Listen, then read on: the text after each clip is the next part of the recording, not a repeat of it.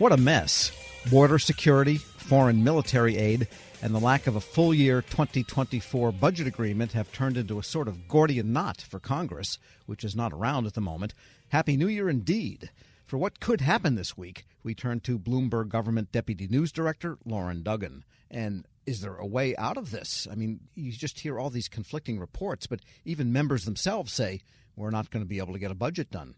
That's right. I mean, they're gone this week and the week after that for the holiday season. Speaker Mike Johnson had made clear he wanted to send his membership home and did on the 14th.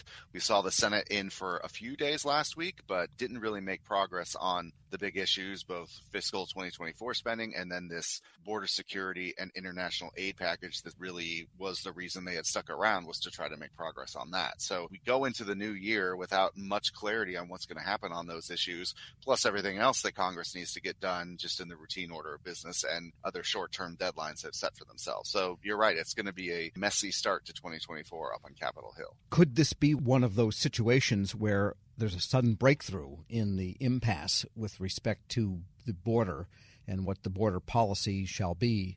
Because, Chuck Schumer says, yeah, we're all for a better border, but within our values, whatever that means.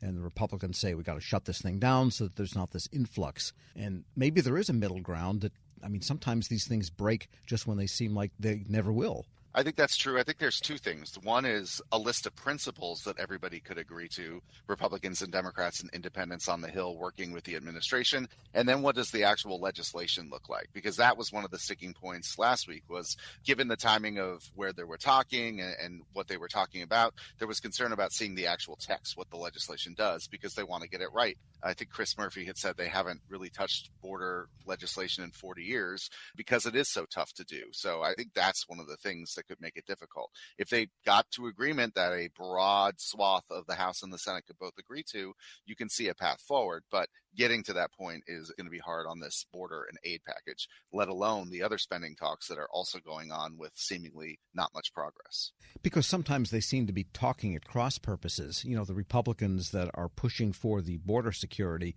they see that as a national security issue. And therefore, the question is, well, if we're concerned with the national security of countries abroad, what about our own national security?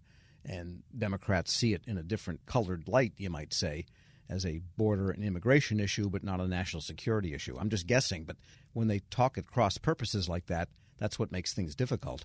And the linkage is also here because when President Biden requested money for Ukraine and Israel, there was also a request for money for the border to help with the different agencies that are dealing with the influx there. And in some ways that opened up to a discussion about with money comes consequences or responsibilities or oversight or even changes to policy that's for the people who reach our border or are trying to reach our border. So there was that natural linkage that started up, but the consensus is what's been hard here. Republicans in the House passed a bill this year, H.R. 2, that they've continued to try to push as their starting position. Democrats in the Senate don't want to go to that extent, but as we saw with President Biden and the Homeland Security Secretary offering some Title 42-esque provisions, that's what they had used during the pandemic to keep people from crossing, some sort of version of that could be in the mix still.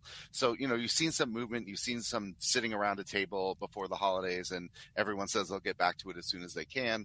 So we'll see if they can, come to a consensus there, but it is going to be difficult. And just as an aside, here's what Virginia Senator Mark Warner said to WTOP's Capitol Hill correspondent Mitchell Miller. Of course I'm worried. If we get this through, it will clearly have to be broadly bipartisan. We've got to get it done. We're basically going to be dramatically changing not only border policy, but in many ways immigration laws. And on the tie-in with foreign military aid. You can't say that Ukraine's a crisis, Israel's a crisis, the border's a crisis, and then not do our job. Virginia Senator Mark Warner speaking to WTOP's Capitol Hill correspondent Mitchell Miller. We're speaking with Loren Duggan, Deputy News Director at Bloomberg Government. And then there is the national budget for the government. And literally the day the House gets back is only a couple weeks until the shutdown deadline. And again, they're talking at cross purposes because, one side doesn't want to do any more CRs and the other side doesn't like what the alternative to that is. And so the third way is a cessation of appropriations. That's right. And we have two deadlines coming up, January 19th, February 2nd. January 19th, to your point, is only 2 weeks after they get back from the holidays. And there's not agreement yet on what to do overall on spending, which makes it very hard to figure out what to do for each of the bills that are covered by those two deadlines. One of the things that seemed to be a challenge right before the holidays was they didn't even agree exactly what they had agreed on when they signed this debt limit deal. They know what the law says. They know what the spending caps in that measure were, but there's this notion of a side deal that President Biden and then Speaker McCarthy worked out for spending above that cap that you would offset with rescissions and other accounting mechanisms. And that's really a sticking point now, is figuring out what did they exactly agree to and how could they move forward with that. It's really hard to write a bill unless you know what your target is. And until they resolve that, and they headed into the holidays seemingly without a resolution, it's going to be difficult. So we could be facing a shutdown for some things on January 19th, others on February 2nd. So it could be, again, a very weird late January with kind of this partial and then maybe complete shutdown if they can't figure out something to do. Your point about no more short-term CRs feels like a real one. The last two were hard to get over the line and cost one speaker his job. So there's a lot at play there. And meanwhile, when you get into February, well, the next thing you know, the cherry blossoms are not far behind. And then there's April deadlines for several matters that they've got to deal with.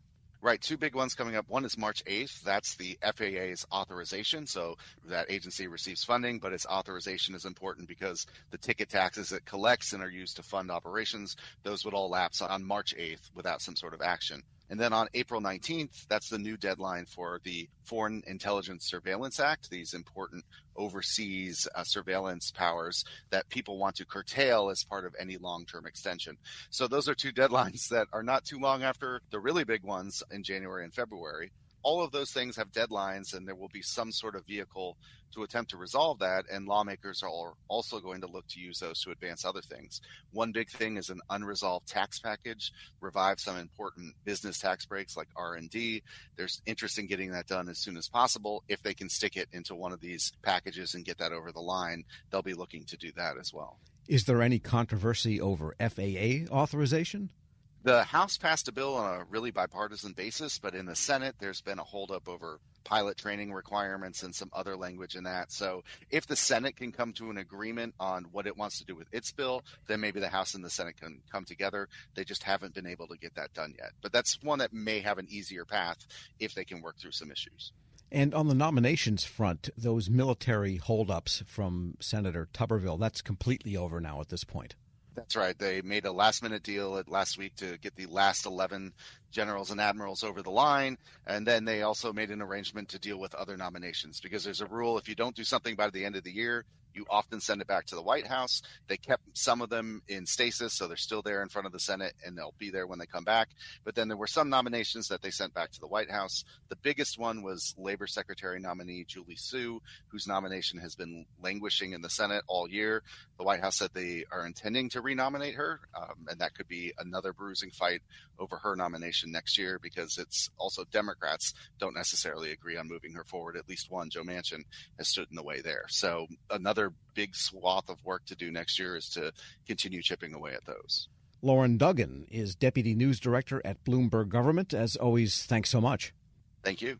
And we'll post this interview at federalnewsnetwork.com/Federal Drive. Hear the Federal Drive on your schedule. Subscribe wherever you get your podcasts.